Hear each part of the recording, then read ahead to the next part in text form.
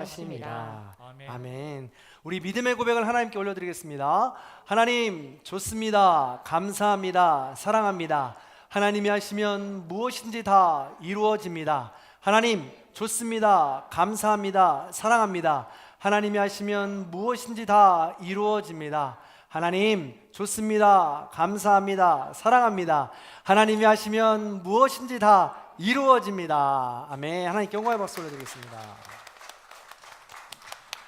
네, 우리 장로님께서 기도해 주신 대로 오늘은 한 해의 절반을 마무리하는 날이 됩니다. 그리고 다음 주는 한 해를 시작하는 시간이 되겠죠. 한 반년 동안 너무 수고하고 애쓰셨습니다. 응원하고 축복합니다. 그런 마음을 담아서 우리 앞뒤 좌우 여러분께 이렇게 인사했으면 좋겠습니다. 수고하셨습니다. 감사합니다. 그렇습니다. 너무 좋은데 그냥 옆에서 고개만 하고 이렇게 인사하니까 좀 뭔가 좀 아쉬웠는데요. 우리 중간에 계신 분들이 이렇게 어깨도 쓰다듬어 주시고 이렇게 인사하니까 더 보기 좋은 것 같습니다. 그래서 동성끼리는 괜찮으니까요. 옆에 분이 이렇게 쓰다듬어 주면서 한 번 더 인사했으면 좋겠습니다. 수고하셨습니다. 감사합니다. 네. 그래요. 고맙습니다. 수고하셨습니다. 네, 우리는 그래서 지금 성령 강림주의를 보내고 있습니다. 성령과 함께라는 주제를 가지고 계속 몇 주 동안 나누고 있기 때문에 설교가 시리즈로 계속 이어져요. 그래서 조금씩 더 설명을 하면서 넘어가도록 하겠습니다. 성령님은 보혜사 성령님, 하나님의 영, 그리스도의 영으로서 우리의 삶을 생명의 길, 화평의 삶으로 인도하시면서 참된 자아를 찾게 한다고 했습니다. 그래서 참된 자아를 찾잖아요. 그러면 자유와 기쁨을 누릴 수 있고 구원과 해방의 기쁨을 맛볼 수 있다고 했습니다. 그 중에 우린 지난 시간 조금 더 깊이 들어가서 하나님의 영에 대해서 나누었습니다. 하나님의 영은 하나님의 숨, 생기, 하나님의 들숨을 우리가 받아서 이 안에서 소통하면서 날숨으로 우리가 소통하는 것이 하나님의 영이라고 했습니다. 그래서 이걸 잘 살아가려면, 하나님의 영으로 잘 살아가려면 첫 번째, 우리 숨의 주인이 하나님이심을 고백하고 인정하고 믿어야 된다고 그랬습니다. 두 번째, 이 숨이 하나님과 나와 연결되어 있기 때문에 이 땅을 살아가면서 하나님이 늘 나와 연결되어서 함께하고 계신다라는 것을 깨달아야 된다고 그랬고, 더 나아가서 그 숨은 나만이 아니고 내 주변의 모든 사람들과도 연결되어 있다라고 했습니다. 그래서 숨을 진짜 잘 쉬는 사람, 하나님의 영이 충만한 사람은 내가 개인적으로 하나님과도 깊은 관계를 맺지만 다른 사람들의 숨을 끊지 않는 거라고 그랬어요. 비방, 험담 이런 걸로 그 사람들과 하나님과의 관계를 끊지 않는 거라고 그랬죠. 그게 건강한 삶, 하나님이 원하는 하나님 영이 충만한 사람이라고 했습니다. 세 번째로는 숨도 리듬이 있다고 했습니다. 그래서 급하게 쉴 때가 있고 천천히 쉬어야 될 때가 있죠. 그렇기 때문에 우리의 삶이 급하게, 힘들게, 어려울 때도 있지만 평안히 쉴 때도 있기 때문에 모든 순간을 하나님께 맡기면 우린 그만큼 여유를 갖고 의지를 갖고 살아갈 수 있게 된다라는 것을 우리가 함께 나누었습니다.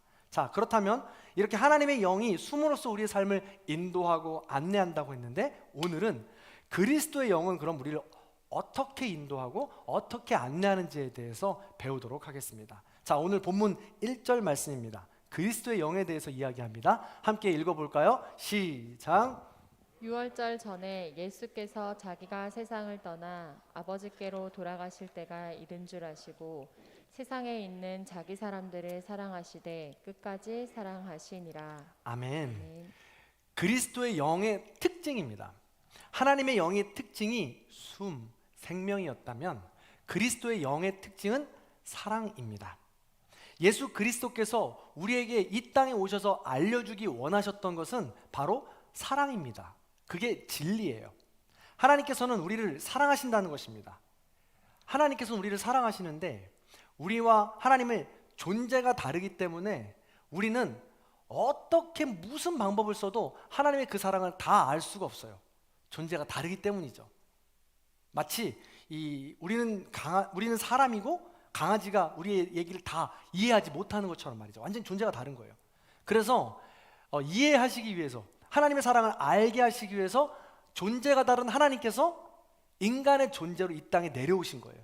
그게 바로 예수 그리스도이십니다. 그래서 예수님은 이 땅에 오셔서 십자가에 달려 죽기까지 끝사랑을 보여주십니다. 요한 1서에도 언급했듯이 하나님은 사랑이십니다. 하나님의 본성 자체가 사랑이십니다. 그 사랑이 존재로서, 예수님의 존재로서 이 땅에 내려오셔서 그것을 증거하시고 보여주셨다는 것이죠. 이것을 성경 곳곳에서는 흘러넘치는 사랑이라고 합니다. 컵에 적당한 물을 채우는 사랑이 아닙니다. 가물어 메마른 땅에 잠시 내려서 겉표면만을 적시는 그런 비를 말하지 않습니다. 컵에 흘러넘치도록 대지 식물 뿌리에 깊이 머금도록 충만하게 내리는 사랑을 하나님의 사랑이라고 이야기합니다. 그 사랑의 결과가 바로 저와 여러분인 것입니다. 우리라는 것이죠. 자, 이 컵이 지금 3분의 2 정도 물이 담겨 있는데 여러분들은 보이시죠? 담겨 있는지 안 담겨 있는지 그냥 적당한 사랑으로는 모른다는 거예요. 결과가 나오지 않죠? 근데 이 컵에다가 물을 계속해서 부으면, 넘치도록 부으면 넘쳐서 바닥에 흐르고 모든 것이 젖고 바닥이 젖겠죠. 결과가 드러나는 거 아니겠습니까? 마찬가지로 비가 흠뻑 내리지 않습니까? 잠깐 내리면 겉표면만 젖습니다. 근데 흠뻑 내리면 그 비가 땅속 깊숙이 들어가서 뿌리까지 닿겠죠. 그리고 그 뿌리까지 닿은 비는 열매를 맺는 결과를 보여주게 됩니다. 마찬가지로 하나님께서 우리에게 풍성하게 부어지는 사랑의 결과가 저와 여러분들입니다. 이 존재 자체라는 것이죠. 그래서 우리가 사랑을 나눌 때 우리 가운데 하나님의 존재가 드러날 수 있게 된다는 것입니다. 남녀가 만나 사랑을 시작합니다. 진정한 사랑이란 상대방의 존재 자체를 인정하는 것이죠. 상대방이 행복하다면 나도 행복합니다. 그래서 연인이 별을 따달라고 하면 따주는 신용이라도 합니다. 왜요? 사랑하니까. 그 사람이 행복하다고 하니까. 그런 따는 신용이라도 해서 별을 갖다 주면 행복한 거 아니겠습니까? 하나님의 사랑이 그렇습니다. 우리를 사랑하셔서 우리가 존재하게 된 것입니다. 그래서 신앙요리 문답 1번에 보면 사람의 존재 목적이 무엇이냐가 나옵니다. 이 질문을 바꿔보면 사람이 왜 존재하느냐예요. 그 다해답이 뭐냐면 해답은 하나님의 영광을 드러내기 위해서입니다. 하나님께 영광을 올리기 위해서입니다. 라고 정답이 기록되어 있습니다. 영광이 뭡니까? 하나님이 좋아하시는 것, 하나님께서 기뻐하시는 것을 올려드리는 거잖아요. 그러니까 하나님이 가장 기뻐하시는 게 뭐겠어요? 하나님 본성 자체가 사랑이시기에 하나님께서 지으신 그 존재들이 서로 사랑하는 모습을 보면 그걸 가장 기뻐하신다는 거예요. 네가 어떻게 생겼든 상관없어요. 네가 가진 것이 많든 적든 상관이 없습니다. 네가 지금 어떠한 상황이든 여건이든 상관없이 함께 사랑을 나누는 그 모습을 볼 때 하나님은 가장 기뻐하시고 그 모습을 통해서 영광 받으신다는 것입니다. 그래서 내가 헌금을 많이 드려가지고 내가 봉사 헌신을 많이 해가지고 하나님이 어느 정도 받으시겠죠. 근데 그게 본질이 아니라는 거예요. 그게 목적이 아니라는 거예요. 내가 열심히 교회를 나와서 내가 헌금 이렇게 하니까 하나님 나 사랑하시겠지. 아니라는 거예요. 이런 걸 다 해도 사랑이 없으면 하나님의 그 존재 자체가 우리의 삶으로 드러나지 않게 된다면 그 모든 것들이 다 울리는 꽹과리가 될 수밖에 없다는 것이죠. 반드시 우리 가운데 그 사랑이 드러나야 된다는 것입니다. 지난 시간 말씀드렸듯이 하나님의 숨은 모든 생명체에 들어가 있다고 했습니다. 따라서 하나님의 사랑은 모든 생명체에 들어가 있습니다. 그래서 모든 피조물은 본성적으로 사랑을 받기 원하고 건강한 관계라면 그 사랑을 나누기 마련인 것입니다.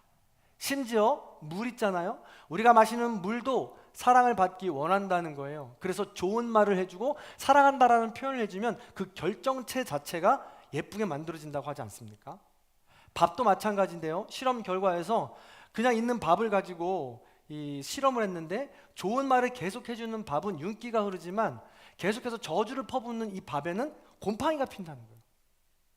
꽃도 마찬가지죠. 사랑을 가지고 관심을 가지면 오랜 시간 생명을 유지하며 아름다움으로 화답하는 것입니다.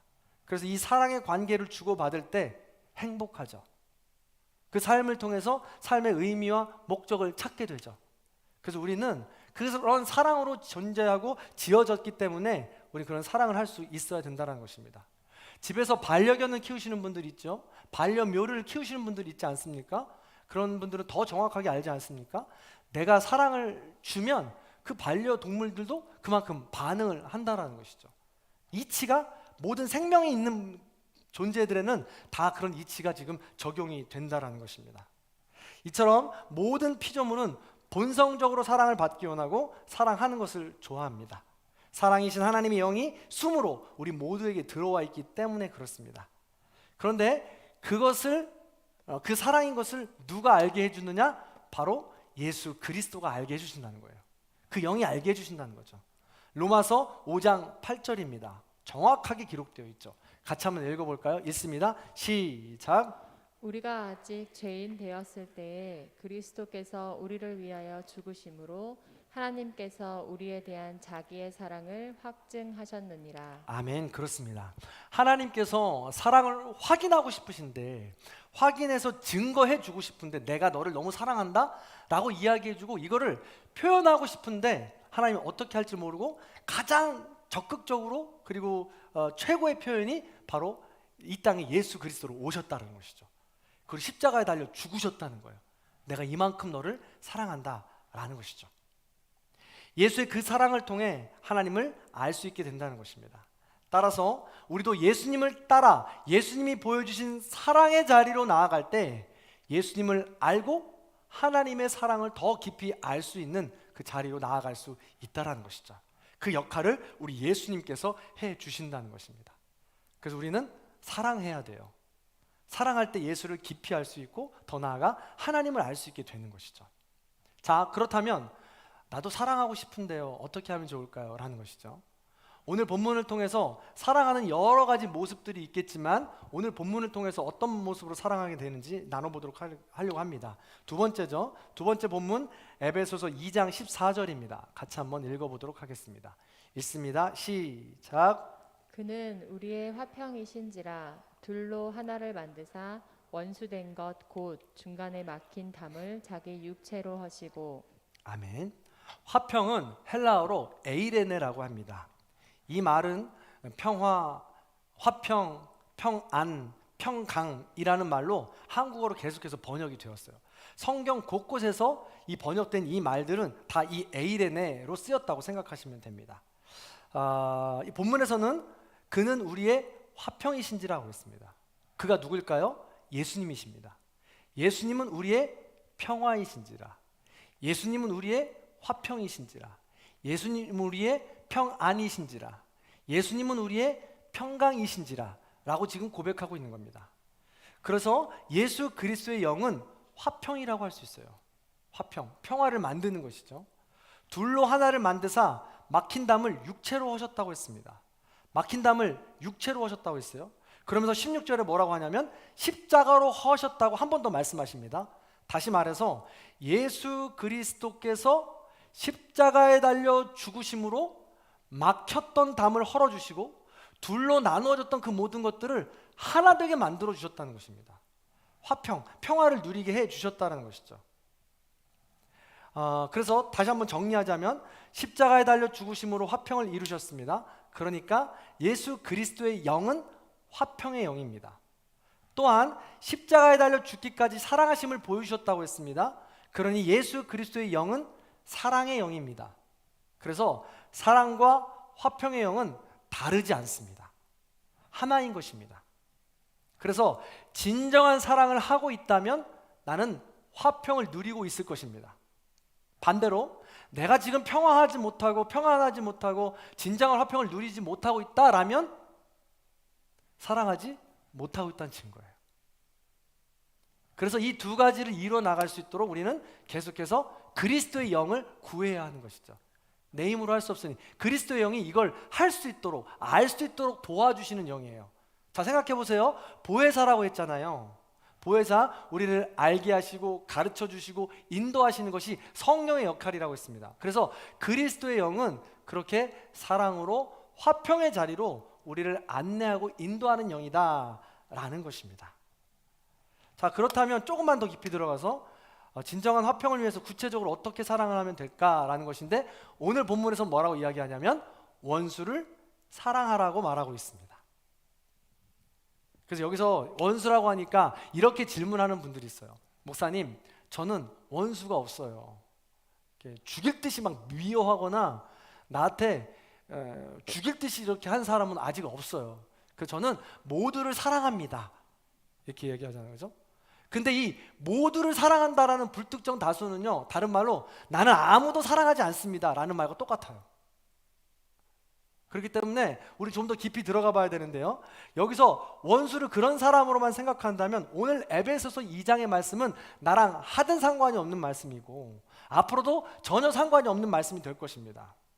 그러나 하나님께서 명령하시는 사랑은 원수도 사랑하라는 것입니다. 여기서 원수는 크게는 정말 죽일 듯이 미워할 수 있는 가문의 원수가 될 수 있지만, 작게는 말이죠, 사소한 시기, 사소한 질투, 그 미운 사람이 되기도 한다는 것입니다. 사실 그런 것 때문에 내 발목을 붙잡고 내 마음의 모든 것을 엉키게 해가지고 내 삶의 모든 평화를 깨뜨려 버리잖아요. 그게 원수지 뭡니까? 다른 게 원수겠어요? 그것 때문에 화평이 깨지게 된다는 것이죠. 그런데 예수의 영, 그리스도의 영이 우리에게 오셔서 이 막힌 담, 이 원수로부터 모든 걸 끊어버리고 화평을 이루게 해 주신다는 것입니다. 다시 한번, 내가 사랑할 수 있는 사람을 사랑하는 것, 사랑은 내가 사랑할 수 있는 사람을 사랑하는 것은 사랑이 아닙니다. 당연한 거예요. 내가 사랑할 수 없는 사람을 사랑하는 것이 하나님의 명령이고 우리가 그리스도인으로서 하나님의 자녀로서 해야 할 사랑이라는 것이죠. 다시 묻습니다. 그럼 구체적으로 화평을 위해서 어떻게 사랑하라는 말씀입니까? 원수를 어떻게 사랑하라는 거예요? 라고 했을 때 오늘 본문을 통해서는 이렇게 해석할 수 있습니다. 자리바꿈입니다. 자, 따라하십니다. 자리바꿈. 한 번 더. 자리바꿈. 그렇습니다. 둘로 하나를 만드는 것이 화평인데 17절을 한번 읽어보도록 하겠습니다. 읽습니다. 시작. 또 오셔서 먼 데 있는 너희에게 평안을 전하시고 가까운 데 있는 자들에게 평안을 전하셨으니. 아멘. 여기서 먼 데 있는 너희에게는 이방인을 상징합니다. 그리고 가까운 데 있는 자들에게는 유대인을 상징해요. 그래서 예수님께서는 이방인과 유대인 가운데 지금 갈등이 있는데 예수님께서 이 땅에 오신 다음에 가장 먼저 먼 데 있는 자들에게 가셨다라는 거예요. 이방인들에게. 근데 우리 예수님은 먼 데 있는 자들에게도 가시지만 가까운 데 있는 자들에게도 가신다는 것이죠. 양쪽에 모두에게 가신다는 거예요. 그러면서 말씀하시기를 이 둘 사이의 간극을 좁히는 것입니다. 먼 데 있는 자에게 가까이 가시면서 자기의 자리로 초청하세요. 가까운 데 있는 자에게도 가셔서 예수의 자리로 초청하십니다. 그리고 이 안에서 만나는 것이죠.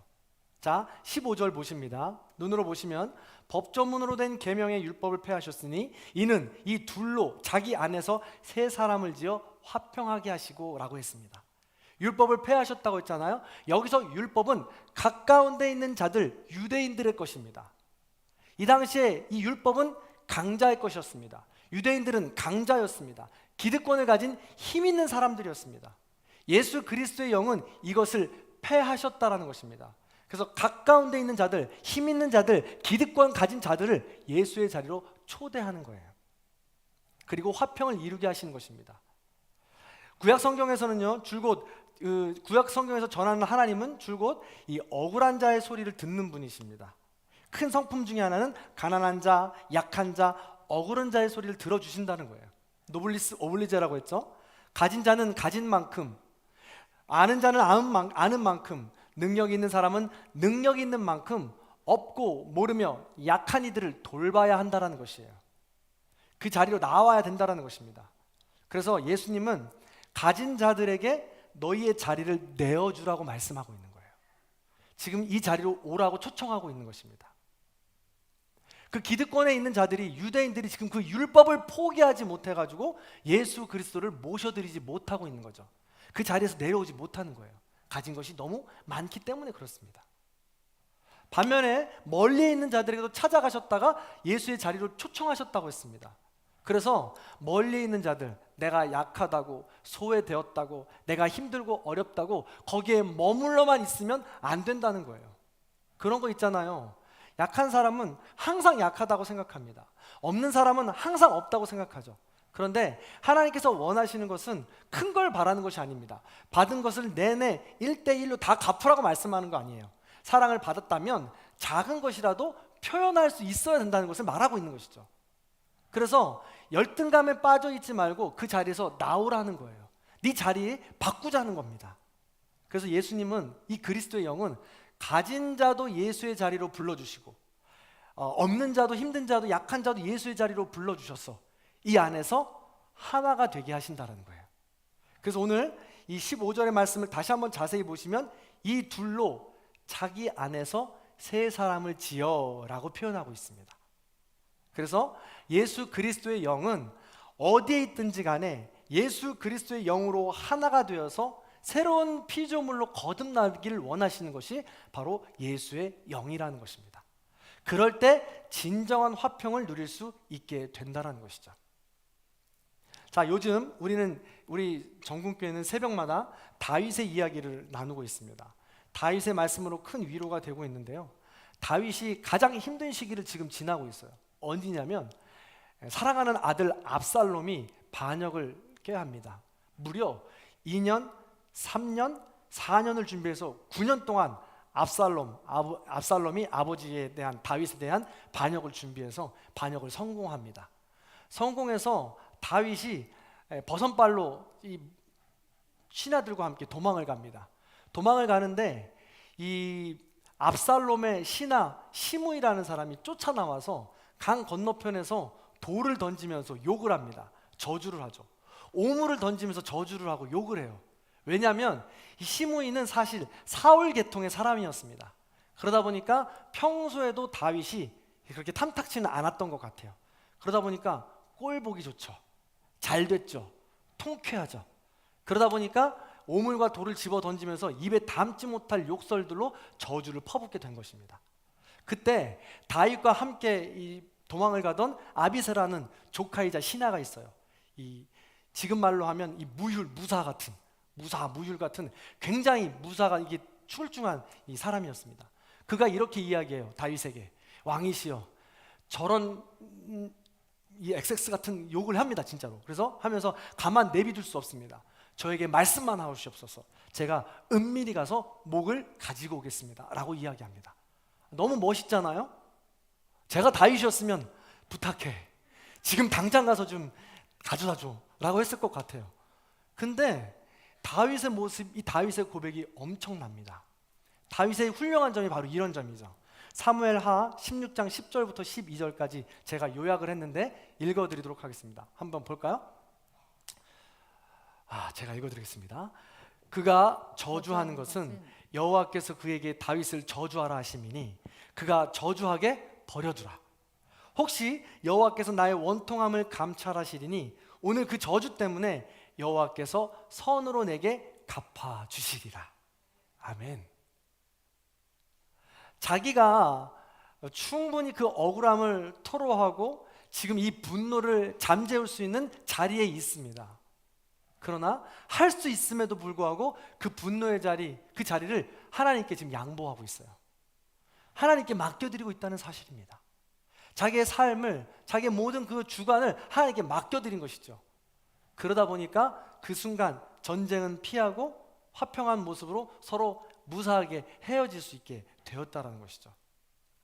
다윗의 이 모습은 자기의 자리를 늘 하나님께 내어드림으로 인해서 늘 전쟁과 피해 자리에서 아주 극적인 자리에서 피할 수 있었던 것입니다. 그리고 하나님의 방법과 하나님의 때에 따라서 그 모든 걸 맡겨드린 것이죠. 그래서 그랬는지 몰라도 다윗을 그렇게 죽이려 했던 사울도 하나님께서 치셨습니다. 전장에서 패하고 창피함에 몸들 바를 몰라서 자살해버리고 말죠. 압살롬도 자기 꾀에 못 이겨서 전장에서 도망가다가 나무에 머리가 매달려 요압에 의해 죽게 됩니다. 다윗을 그렇게 죽이려고 했던 아히도벨, 이 압살롬의 책사도 모든 것이 실패하자 고향으로 들어가 자살을 하게 됩니다. 하나님께 그 모든 것들을 자리에 맡겨드리니까 하나님이 일하시고 하나님의 방법과 때에 따라 그 모든 것들을 일하신다라는 사실입니다. 사랑하는 성도 여러분, 그렇습니다. 이처럼 화평의 길은 원수, 아니 미워하는 대상까지도 하나님의 자리로 초청해서 화평의 자리로 만들어낼 수 있고 승리의 자리로 우리를 인도할 수 있게 된다는 것입니다. 이런 것을 기억하시면서 굳이 사람의 방법과 그 능력으로 복수하려고 애쓰지 마시기 바랍니다. 그러다 보면 결국 상하는 건 내 자신뿐이니까요. 승리한다고 해도, 통쾌하게 이긴 것 같아도 결국 진 마음을 가질 수밖에 없다는 것이에요. 아브라함이 그랬어요. 엘리야가 그랬습니다. 큰 전쟁에서 승리했습니다. 갈멜산에서 우상 숭배하는 이세벨 모든 신들과 해서 승리했습니다. 그러나 그 모든 전쟁에서 통쾌하게 승리했음에도 불구하고 공허함을 감추지 못하고 두려움을 감추지 못했다라는 사실이에요. 그래요. 사람의 방법과 사람의 그 모든 능력으로 아무리 한다 할지라도 완전한 복수, 통쾌한 복수는, 그리고 완전한 화평은 누릴 수 없다는 사실입니다. 하나님께 맡겨 드려야 된다는 것이죠. 그 자리를 하나님께 내어 드리길 바랍니다. 그때 진정한 화평을 맛볼 수 있다라는 것이죠. 네, 아멘을 많이 안 하시는 거 보니까 어렵죠. 네. 자존심 상하고 내가 도대체 뭘 잘못했길래, 내가 할 만큼 했는데. 그렇습니다. 어렵죠. 참으로 쉽지 않습니다. 차라리 통쾌한 복수가 좋습니다. 그러나 포기하지 않길 소망합니다.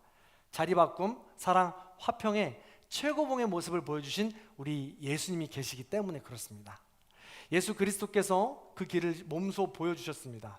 빌립보서 2장 5절부터 8절까지의 말씀이죠. 같이 한번 읽어볼까요? 읽습니다. 시작. 너희 안에 이 마음을 품으라. 곧 그리스도 예수의 마음이니 그는 근본 하나님의 본체시나 하나님과 동등됨을 취할 것으로 여기지 아니하시고 오히려 자기를 비워 종의 형체를 가지사 사람들과 같이 되셨고 사람의 모양으로 나타나사 자기를 낮추시고 죽기까지 복종하셨으니 곧 십자가에 죽으심이라. 아멘. 그렇습니다. 진정한 화평이요 자리 바꿈의 실천을 보여주신 분이 바로 우리 예수님이십니다. 예수님이 하늘 보좌 영광 다 버리고 낮고 낮은 이 땅 위에 오셨습니다. 자리 바꿈입니다. 죽기까지 보여주신 사랑이요 하나님과 인간 사이의 죄악의 담을 부숴주신 화평입니다. 그리스도의 영은 바로 이 길을 먼저 걸어가시고 그 길을 열어주신 그리스도의 능력입니다. 그래서 성령 충만함을 꿈꾸신다면, 성령 충만한 사람이 되기를 원하신다면 우리 또한 포기하지 않고 하나님의 영, 그리스도의 영을 소망하면서 이 자리바꿈의 역사를 조금씩 우리 삶에 실천해 보는 것입니다. 그러면 그리스도의 영이 우리를 도와서 그 지경은 반드시 넓혀집니다. 그래서 내가 하려고 했던 복수보다도 하나님의 방법으로 이루어졌던 복수를 통해 참된 해방의 기쁨을 맛볼 수 있게 된다는 것이죠. 사랑하는 성도 여러분, 말씀을 마무리하겠습니다. 성령 충만하시길 주님의 이름으로 축원합니다. 그리스도의 영이 가득하시길 주님의 이름으로 축원합니다. 그리스도의 영은 십자가에 달려 죽기까지 사랑하신 끝사랑입니다. 그리스도의 영은 원수된 이를 위해 자리를 내어줄 수 있는 화평입니다.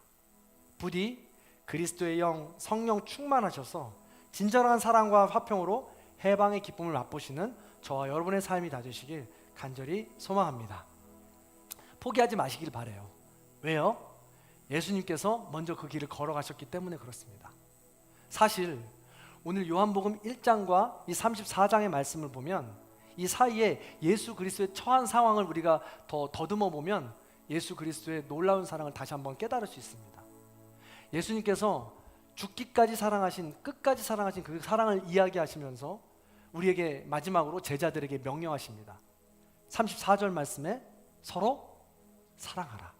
내가 너희를 사랑한 것 같이 힘들어도, 너희들이 지금 살아가는 이 세상이 지금 어렵고 힘들어도 포기하지 말고 끝까지 서로 사랑하라 라고 말씀하십니다. 그때가 언제냐면 예수님께서 제자들 앞에 놓아놓고 이제 곧 가룟 유다가 예수님을 배반할 때입니다. 이제 곧 베드로가 예수님을 모른다고 부인하기 바로 전입니다. 예수님은 이미 배반하고 부인할 것을 모두 아셨습니다. 그럼에도 불구하고 십자가에 달려 끝까지 내가 사랑하겠노라고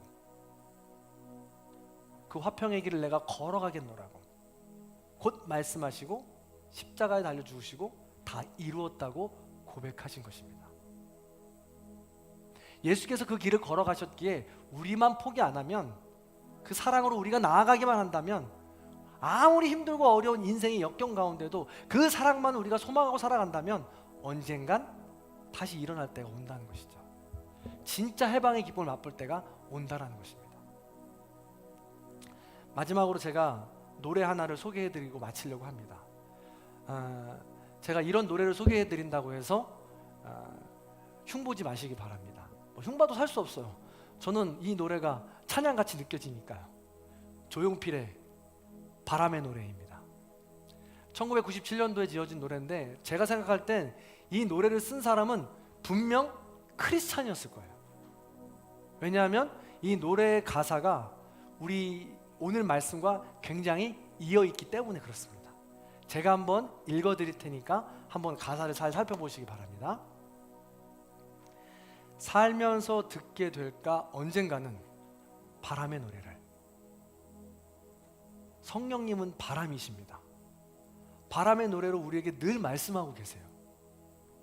세월 가면 그때는 알게 될까 꽃이 지는 이유를. 세상 사람들도 궁금했던 거예요. 꽃이 지는 이유를. 성경은 말씀합니다. 풀은 마르고 꽃은 시드나 하나님의 말씀, 그의 사랑은 영원하다고.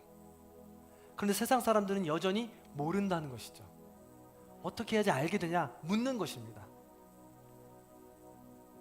나를 떠난 사람들과 만나게 될 또 다른 사람들, 스쳐가는 인연과 그리움은 어느 곳으로 가는가? 사람들을 통해서 이 상처와 관계 속에서 힘들고 어려운 이 상처가 느껴지지 않습니까? 나의 작은 지혜로는 알 수가 없네. 내가 아는 건 살아가는 방법뿐이야. 보다 많은 실패와 고뇌의 시간이 비켜갈 수 없다는 걸 우린 깨달았네. 이제 그 해답이 사랑이라면 나는 이 세상 모든 것들을 사랑하겠네. 정말 찬양이지 않습니까? 하나님은 사랑이라고 했습니다. 이 땅에서 내가 가진 어떠한 방법과 수단을 가지고도 내가 진정한 화평과 평화를 누릴 수는 없습니다. 진정한 화평과 평화를 누릴 수 있는 방법은 바로 사랑이라는 것이죠. 그렇게 내가 사랑을 한다고 다짐한다고 해도 여전히 우리의 삶은 어려울 거예요. 배신하고 나를 힘들게 하는 사람 많을 것입니다. 그래도 고백하는 거죠. 나는 사랑하겠네. 이 땅의 모든 것들을 사랑하겠네. 이 노래 쓴 사람 분명 크리스찬이었을 거예요. 유명한 가수가 불러서 유명해진 거죠. 다행이에요. 믿지 않는 사람들도 이걸 들어서 언젠가는 복음으로 들을 수 있으면 좋겠습니다. 그래서 오늘은 좀 늦더라도 이 노래를 한번 들어보고 갔으면 좋겠습니다. 잘 가사를 생각하시면서 이 노래를 한번 같이 묵상해 봤으면 좋겠습니다. 한번 들어볼까요?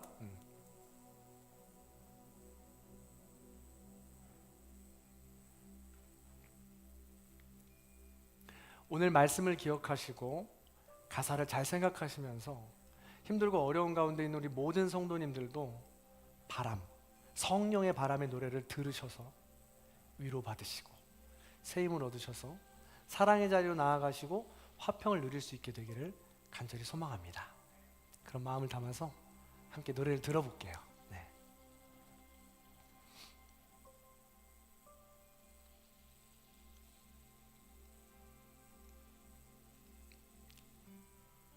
좀 크게 들어도 좋습니다.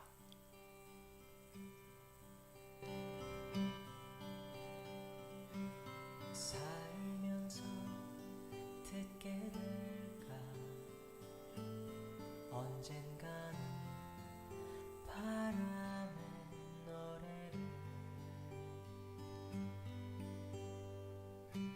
세월 가면 그때는 알게 될까 꽃이 지는 이유를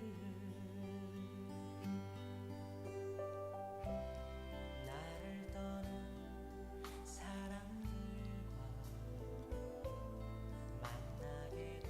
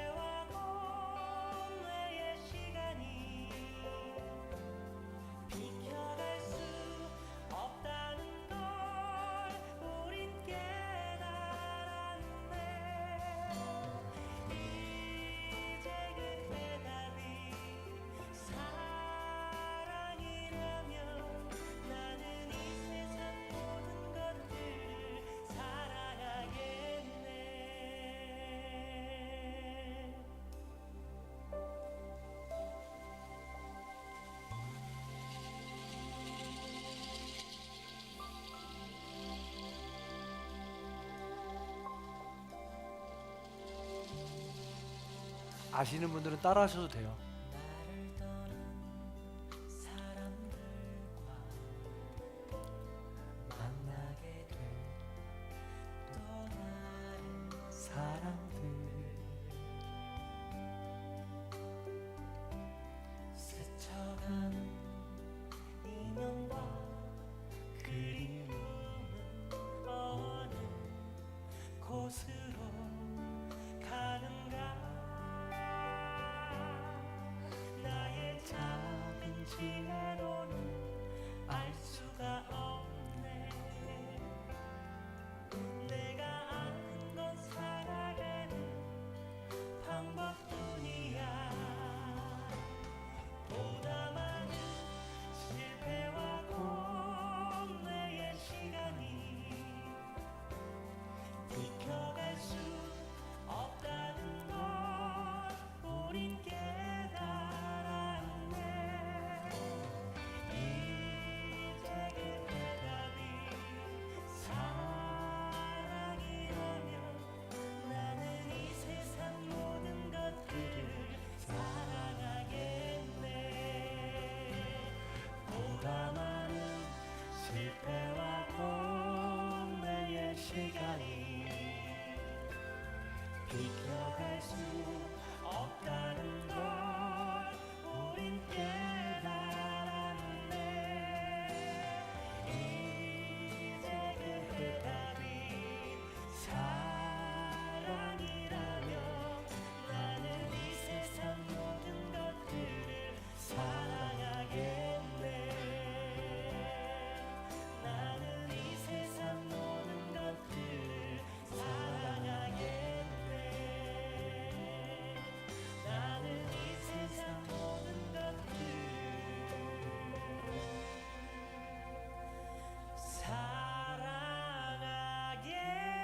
사랑하겠네 아멘.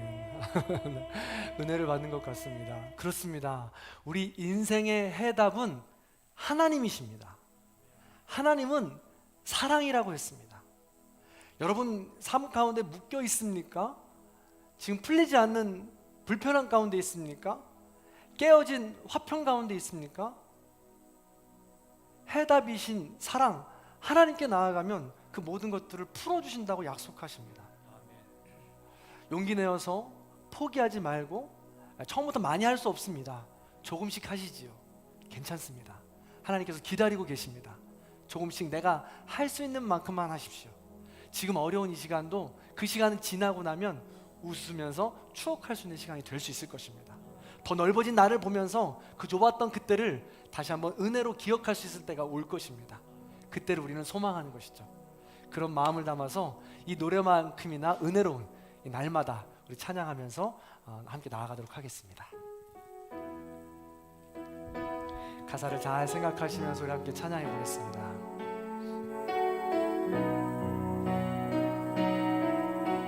주님이 위로하십니다. 날마다 숨 쉬는 순간마다 내 앞에 어려운 일 보내 주님 앞에 이 몸을 맡길 때 슬픔 없네 두려움 없네 주님의 그 자비로운 손길 항상 좋은 것 주시도다 사랑스레 아픔과 기쁨을 수고와 평화와 안식을 날마다 주님 내 곁에 계셔 자비로 날 감싸주시네 주님 앞에 이 몸을 맡길 때 힘주시네 위로함 주네 어린 나를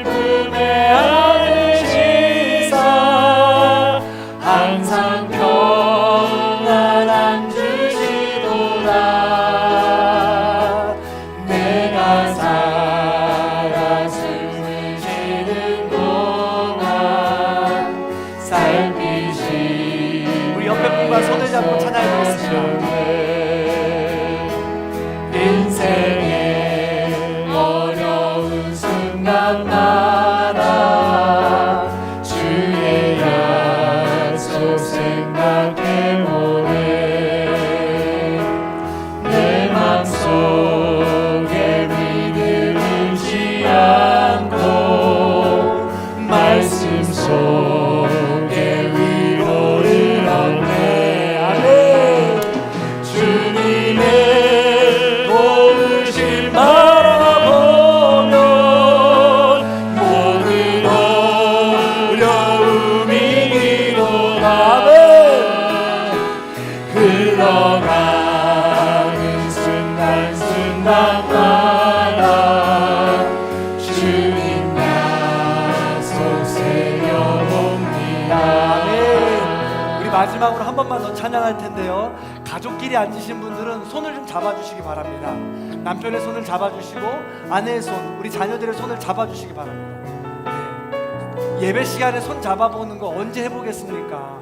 함께 손 잡아주시고 인생의 어려운 순간마다 고비마다 주님의 사랑과 위로와 평화를 가지고 우리가 함께 이겨나가자. 지금 자기 너무 힘들고 어려운데 우리 주님의 사랑으로 함께 이겨나가자. 그런 마음으로 함께 고백하며 이 찬양 3절 다시 한번 찬양하도록 하겠습니다. 서로 위로하고 찬양합니다. 인생의 어려운 순간마다 주님의 약속 생각합니다. 인생의 어려운 순간마다 주의 약속 생각해보네. 내 맘속에 믿음 잃지 않고 말씀 속에 사랑을 얻네. 주님의 도우심 바라보면 모든 어려움이 이기도다. 흘러가는 순간순간마다 우리 마음을 다해 다시 한번 고백합니다. 주님의 도우심 바라보며 할렐루야. 주님의 도우심 바라보며 모든 어려움이 이기도다.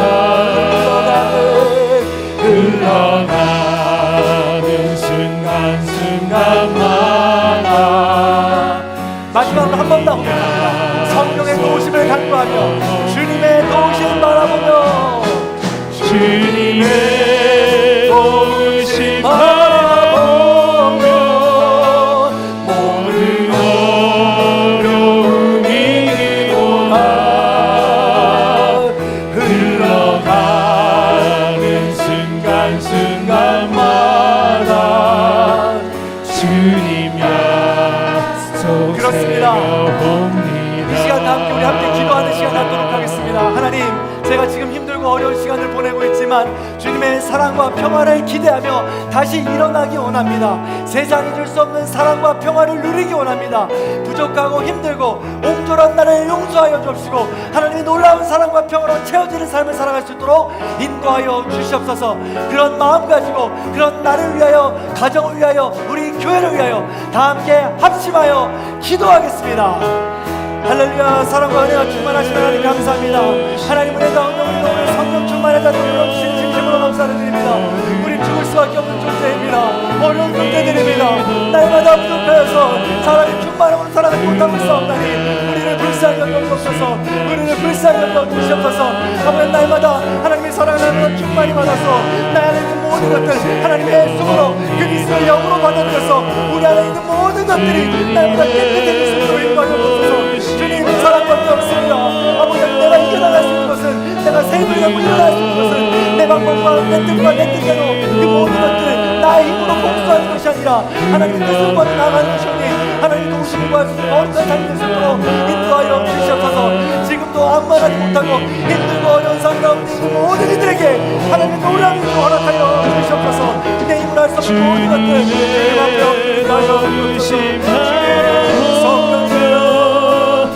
인도하여 주시고 우리 마음 가운데 인도하여 주시고 우리 안에 있는 모든 화평을 깨우는 것들 주 예수 그리스도의 이름으로 올라가게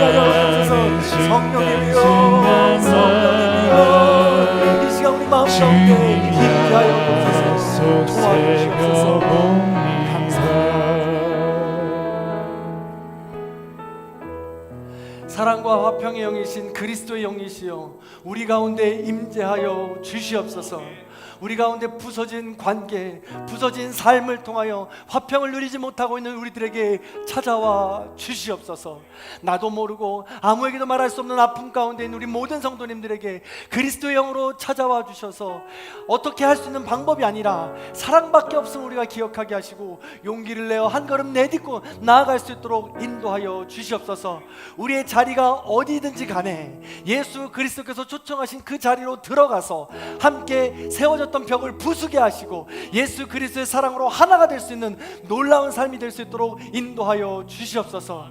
주님, 지금 너무나도 힘들고 어렵습니다.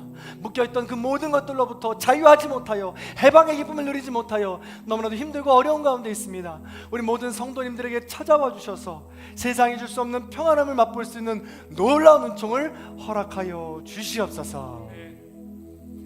지금은 우리 주 예수 그리스도의 은혜와 하나님 아버지의 극진하신 사랑과 성령님의 감화감동 교통하심의 역사가 사랑과 화평의 영이신 예수 그리스도의 영으로 우리 가슴에 가득 채워 사랑으로 나아가기를 소망하고 결단하는 우리 모든 성도님들 머리 위에, 원근 각지에 흩어져 있는 자녀들과 우리 부모님들 위에 이제로부터 영원토록 함께 하시기를 간절히 축원하옵나이다.